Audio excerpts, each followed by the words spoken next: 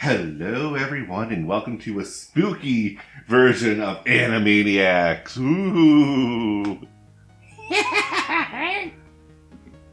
I'm Devin. With me is Cody. Hey. And School Live! That's the anime we chose this month. Yep. And I want to see your first impressions on it.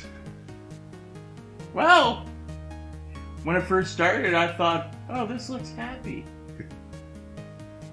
Yeah, so here's the spoiler, so stop the episode now if you want to watch this and don't want to be spoiled on the very first episode. Yep. So, School Life is a school that has been taken over by the zombie apocalypse. Yep. Our main character is suffering from a mental withdrawal, we'll say. I don't know what you call that, but it's like a mental block where her brain can't comprehend the zombie apocalypse, so it's basically making the school look as if it's just a normal school day. Yeah. And all her friends that are alive are kind of just playing into that and just, maybe we shouldn't tell her the truth. Maybe she'll mentally break completely if we do. Yeah, and maybe she'll kill us. Or kill herself or kill everyone, or just... Yeah. It could be a major problem if we tell her. Yeah. While some are like, well, we have to tell her because she could get into trouble because she's such a carefree, innocent person that she could go wandering the halls and get attacked by zombies because she thinks they're students. Yeah. So we're playing that game right now. Yeah. But I do love the first episode of this. Yeah. Because even the opening shows a cute, colorful everyday school day. And as you go through the episode, you're seeing the world through the eyes of our main character, Yuki. Mm-hmm. And if you recognize the voice, I do believe it's Poppy from Monster Masune. Yeah. If you told me otherwise, I'd be surprised, but it's the exact same tone and voice. Yep. Anyway, so we're seeing the world through Yuki's eyes, and everything's happy, fun, bright, colorful. A little too colorful. Full, yeah. And the other characters we meet are... Oh, crap. Mikun, Rin. I forget her full name, but I call her Rin. I know you wrote these down. There's Kurumi. Kurumi, that's the girl with the shovel. Hisomi? Hisomi? I could be wrong. That might be the last name for Rin. Rin Hisomi. Okay. And Megumi. Yeah. Which is the teacher. Yeah. Which more on her later. Yeah. And then they have a dog living with them. Yeah. Tomaru. Yep, Tomaru, who can open doors. Yeah, apparently a small dog can now open doors, so lovely. Yeah, great. He won't get into trouble anywhere. Yeah. And it's actually very smart to have a dog in the zombie apocalypse. Is it? Yeah. A dog can hear better than we can, so the dog will bark whenever something's coming towards us. Okay, that is true. Yeah.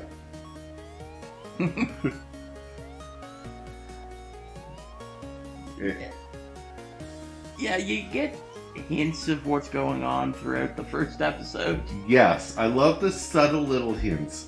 First thing is boiling the spaghetti package. That is something you do with an MRA, or emergency rations. Not many people boil spaghetti in a package. Yeah, no. So, alright, your first hint. Secondly, the book, what's her name is reading? Stephen King. Is Stephen King. Yeah.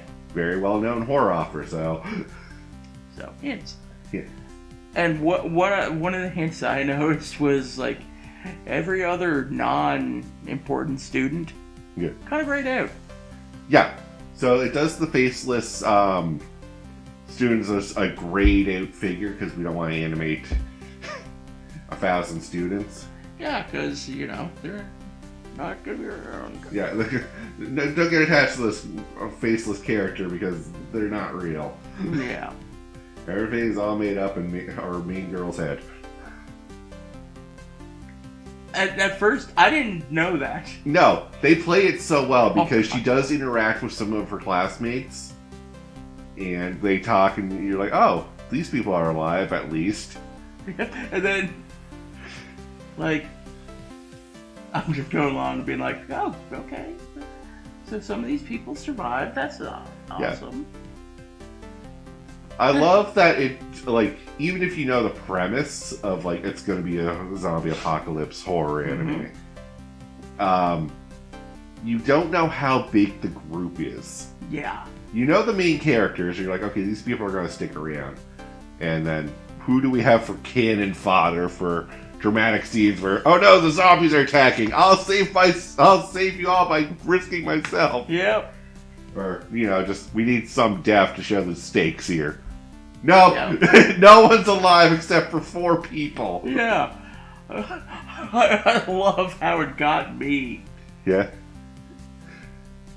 Like, at the end, like, goes in, talks to people being like, oh, I'm sorry.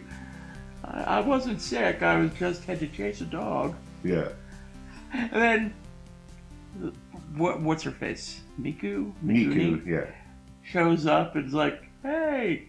Then cuts to an empty room, a trash room. Trash room, blood stains all over the place. And what you think is the best friend for Yuki, because she has a collar, is there's a bloody collar just laying on the desk next to her. And my reaction was...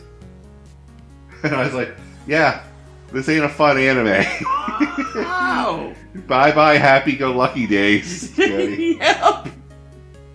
Yeah, so I have seen this before about 3 years ago. And I mentioned it to Cody because we're trying to find a list of anime to watch, and he said, I'm all for a zombie apocalypse in a school. Yeah, because I'd be curious, how would you survive? So that's where we come into, the school seems already pre-prepared for a zombie apocalypse. Yeah. It has MRAs, and it has a garden center with solar panels. Yeah, and stocked up with lots of food. Yes. Almost as if it was prepared. So, more on that later, I think. We don't know the full story of why the school was so prepared. Yeah. But I think they do touch on it more. Okay. And then, yeah, I like the titles for the next. Yeah. So, yeah, after this, the opening scene changes, and we'll see the school for what it really is, as we're playing the happy-go-lucky music on the front. Yeah. A just trash, messed up school. In the second episode, we kind of get more into Kurumi's backstory.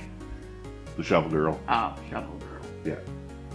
Or as she calls it, Mr. Shovel. Or he will call it Mr. Shovel because she's adorable that way. Adorable and dumb. Yeah, Yuki doesn't come off as the smartest or the most athletic person. She's very average. Mm-hmm. Which is also a detriment for on the zombie apocalypse. Yes. But she does bring something to the table that I don't think you realize. Oh, keeping everybody, grounded. Or not grounded, cheered up. There you go. You actually did understand. Oh, yeah. Yeah. Yuki is a great distraction from our current situation, so ever so often, just playing along in her madness world is fun and, gives us a break from the stress of what we're doing. Yeah. And, this episode was, The test of courage. Yeah, the test of courage. So they're realizing that, we need to restock up on supplies. Yeah, we're starting to run a little low. And because of it being cloudy, the solar panels haven't been providing enough energy. Yeah. So we're going to have to do a run into the school store. Now, I don't want to take Yuki with us because I'd be too worried, but I can't leave her alone because she's also... She just wander off and, She could possibly wander off and get herself killed. Yeah. So, Yuki comes up and is like, we're doing a test of courage. And everyone's like, oh, what? And then they're like, this is a great opportunity for us to take Yuki along with us. And if she does see a zombie, it's just pretend, right, guys? Yep. Like, don't worry, it's not real. Yeah. So they get to the store, manage to get some supplies, and then they go to the library. Yeah. Then at the library is when Yuki runs off to find a book for herself, and the zombie attacks. Oh yeah. And also, this is where we see she's not the brightest tool in the shed. Yeah. I was like, you're drawing attention to us? I will hurt you. Yeah, so Yuki is like chanting and cheering her way through the halls, which is like, okay, the more noise you make, the more zombies we get, right? Yeah. Because we have established that they're attracted to noise early on in this. Oh yeah. Yuki, you keep drawing attention to us, I'm gonna have to kill you. Yeah. But Yeah. Megami and Rin tell her, like, hey, you gotta keep it down. You know, it's a test of courage. Still needs more sun. Did a little bit. Oh, yeah. She's quieted up a bit. Oh yeah. But as you said, ran off on her own. Yeah. Like an idiot. Then ran into a zombie, and then this is where you start wondering, is the teacher real? Yeah. Because the teacher tells her, just stay here, be quiet, your friends are coming to help you. Yeah. Just don't panic. Yeah, and then, friends do come. Yeah, but there's no teacher in sight. Until they address that, oh, thanks for saving, like, Yuki addresses, thanks for telling me what to do, Megami. And they're like, oh yeah, thanks, Megami, for being there for Yuki in her time of need. Yeah. This is where I'm like, the teacher's dead. Like, she's hallucinating a teacher. Lovely. Yeah. Good. Great. But my favorite character. Great. Yeah. What I will get more of her as that role, so don't worry about that. Yeah. What I forget though is I know there's a plot twist for the teacher, and I can't remember what it is. So I'll be surprised. And I will be surprised too, because you don't remember. I really don't. I just remember being like, oh crap, they did that with her. But we'll know that more. We're only 1/4 of the way in. Oh yeah. So the third episode is a little more about what happened. Yeah, this is the backstory episode. So we see the school before the zombie apocalypse happens. Yeah. And more on Megami's story on she became a teacher, wasn't really suited to be a teacher. Even her mom kept calling her, being like, are you sure you want to do this? It's like, I want to be a teacher, yeah. And, of course, when you have an obnoxious mom like that, you kind of tend to ignore messages. Yeah. And then you don't check the messages about the zombie apocalypse happening. Yep. Watch this video! Yeah, and now later on she gets a video from her mom that shows, like, the chaos at the mall and everything. And then she's worried and panicked, and she's like, okay, well, I can't send the students home because they're going to get mauled by zombies, but I can't tell them the zombie apocalypse is happening because they'll panic and freak out. What the heck do I do here? And they go up to the roof. They go up to the roof because she's with Yuki at this point, and Yuki's hungry and wants to go home. Yeah. And she's like, well, what if we check out the garden center? Perfect, let's go. Yeah. They go up there, and then they meet Rin up there, who's taking care of the tomatoes. Yeah. And by herself, so that's already a red flag, because there's supposed to be more club members for the gardening club. Yeah. What happened to them?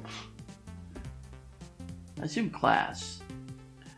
A class at this point. I imagine the zombie apocalypse hit the gardening club early, too. Yeah. And then Kurumi is the next one to meet up. Yep. Bashing on the door. Yeah. So there's a thumping on the door, and they're like, okay, don't open that door, it's a zombie. And then they start hearing the cries for help, please God, help. It's like, open the door, let them in. Yeah. He said, don't open it. Yeah. But yeah. So she opens it. Kurumi comes in with her boyfriend who's been bitten. And we know where that scene goes. Yep. The boyfriend turns and attacks Kurumi, and Kurumi uses a shovel to defend herself. And, Gets traumatized for life. Yeah, then you look down and see everybody just going crazy. Yeah. Then... Oh, this was before the zombie attack from the boyfriend. Oh, yeah. She was explaining what was going on. She's like, it just suddenly happened, and everyone just started turning into those things and attacking everyone else. Yep, then he turns in and... Yeah. Well, Yuki starts freaking out. Yeah. And this is where we see, this is where everything, all the trauma started happening. Yeah. Yuki has a mental breakdown. Kurumi's in tears. And Rin and Megami, the two voices of reason in this show, are like, what do we do? We can't stay here and we can't go outside. Yeah. And we kind of left the episode at that. Yeah. Or that backstory at that. We'll cut back to the classroom and it's like, oh, we did make it out. We're not going to tell you right now how we did it. Yep. But, oh yeah, they go camping, don't they? Yeah, they go on a camping trip in the school just because their power's out. Yeah. So they're like, hey, let's make a fun camping trip because camping doesn't use electricity. Yeah, and this is where you get signs that maybe the teacher's not. Yeah. I like these little signs of, is the teacher not real? Yeah, because she was saying, oh, somebody will come for them. Yeah. Or when I'm good, they'll be alone soon. Yeah. We got started off with her writing out the will and testament. Yeah. I don't like that. But the whole, I was their teacher, and then she scratches it out to go, I am still their teacher, is also another subtle hint to she might be alive. Mm-hmm. Well, I also like how it showed her writing it in the faculty room. Yes. What? That's not where she was writing it at the end of it. No, she was alone in some locked room. Yeah. So, yeah, we don't know what's going on. No, and we'll find out sooner or later, but not right now. Yep. So, for these 3 episodes, what are your thoughts? I like this, actually. I love that I didn't know what I was getting into when I first found this. Mm-hmm. I just heard it was a horror anime. Yeah. And I started watching it, I was like, what's so horror about this? It's happy-go-lucky, and then, oh my god. It's like at the end, oh my god. It is such a mic drop. It's like, oh, anime, you should have bought me dinner first. It was... Because I love that was the scene that got you, too. Because that got me as, the class, Yuki's talking to everyone in the classroom. Miku comes in, and he's like, we gotta go. And then, cut to Miku's point of view, where the classroom's just in devastation. And you're like, oh no. Well, anime, why didn't you buy me dinner first? Yeah. But I like that it is just... Yeah. It also plays with the mental state of someone who has, going through a traumatic event. Yep, and inventing a whole new reality. Yes. This is something I love to see in a lot of things. Yeah. Just someone else, their brain has to do something to keep them going. Yeah. It has to alter reality. Yeah. That is true. Alright, with that though, we'll call the episode here, so thank you very much for listening in.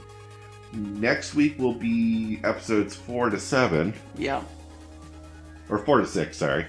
We're doing 3 episodes per sitting. But until then, have a good one, guys. Peace out.